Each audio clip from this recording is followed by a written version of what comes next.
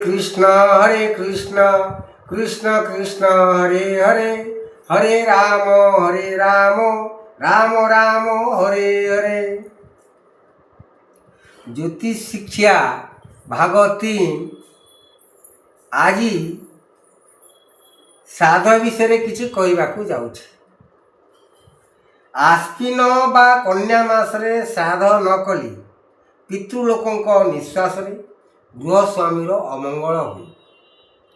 श्राद्ध द्वारा जगत परिचालित हुए एवं श्राद्ध द्वारा ही श्राद्धकर्तार आयु संतान संतति प्रजा धन राज्य ज्ञान स्वर्ग मोक्ष और जाति स्मरण गुण प्राप्त हुए। विभिन्न प्रकार श्राद्ध रही यथा नित्य श्राद्ध नैमित्तिक श्राद्ध नांदीमुखी श्राद्ध गोया श्राद्ध तीर्थ श्राद्ध संवत्सरिक श्राद्ध महालया श्राद्ध पया श्राद्ध एकदिष्ट श्राद्ध प्रावण श्राद्ध जातकर्मे आबुधयिकी श्राद्ध ग्रहण श्राद्ध मृत्यु श्राद्ध अंत्येष्टि श्राद्ध। नित्य श्राद्ध क्या कहुए? प्रतिदिन स्नान समय सूर्य तथा पितृलोकों उद्देश्य जल आंजुला टेकु रंधन सारी किसी खाद्य अरुवे पकाई दिया जाए इत्यादि को नित्य श्राद्ध कहुए।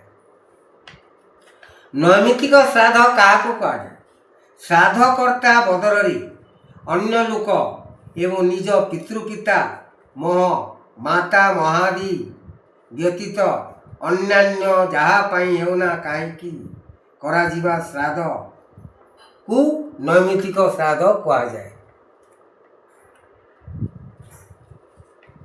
नांदीमुख श्राद्ध प्रत्येक शुभ कर्म यथा विवाह गृह प्रवेश नामकरण नववधू आगमन चूड़ाकर्म इत्यादि। गया श्राद्ध क्या कहुए? गयारे जहाँ किछि दिया जाए तार 7,000 गुण फल तत्क्षणता उद्दिष्ट आत्मा पाई थाए या गया श्राद्ध कहुए। तीर्थ श्राद्ध क्या कहुए? पितृलोक आत्मा पाई श्राद्ध जेकोसी तीर्थस्थान मानक करा जाए ताहाकू तीर्थ श्राद्ध कहुए। सांवत्सरिक श्राद्ध क्या कहुए? वर्ष को वर्ष ठीक मृत्यु तिथि रे करा जाउथिबा श्राद्ध को सांवत्सरिक श्राद्ध कहुए। महालया श्राद्ध क्या कहुए? आश्विन कृष्ण पक्ष प्रतिपदा तिथि ठारू अमावास्या जाए पितृलोक उद्देश्य अपर पक्ष और पितृतर्पण आरंभ हुए या महालया श्राद्ध कहुए। पया श्राद्ध क्या कहुए? कार्तिक अमावास्या दिन पितृलोकों को उल्का हुरा द्वारा ज्योति ही प्रदर्शन करा जाए या पया श्राद्ध कहुए। एकदिष्ट श्राद्ध क्या कहुए? केवल जनक उद्देश्य दिया पिंड को एकदिष्ट श्राद्ध कहुए। उदाहरण वंशरे यदि कई आत्महत्यादि अपमृत्यु मरी पेट जंत्रणा भोगुता। प्रावण श्राद्ध क्या कहुए? 3 पुरुष जाए 3 गुटी पिंड दिया जाए या प्रावण श्राद्ध कहुए। जात कर्मे अविद्युक श्राद्ध क्या कहुए?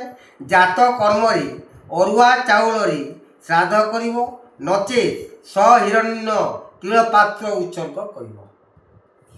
ग्रहण श्राद्ध क्या कहुए?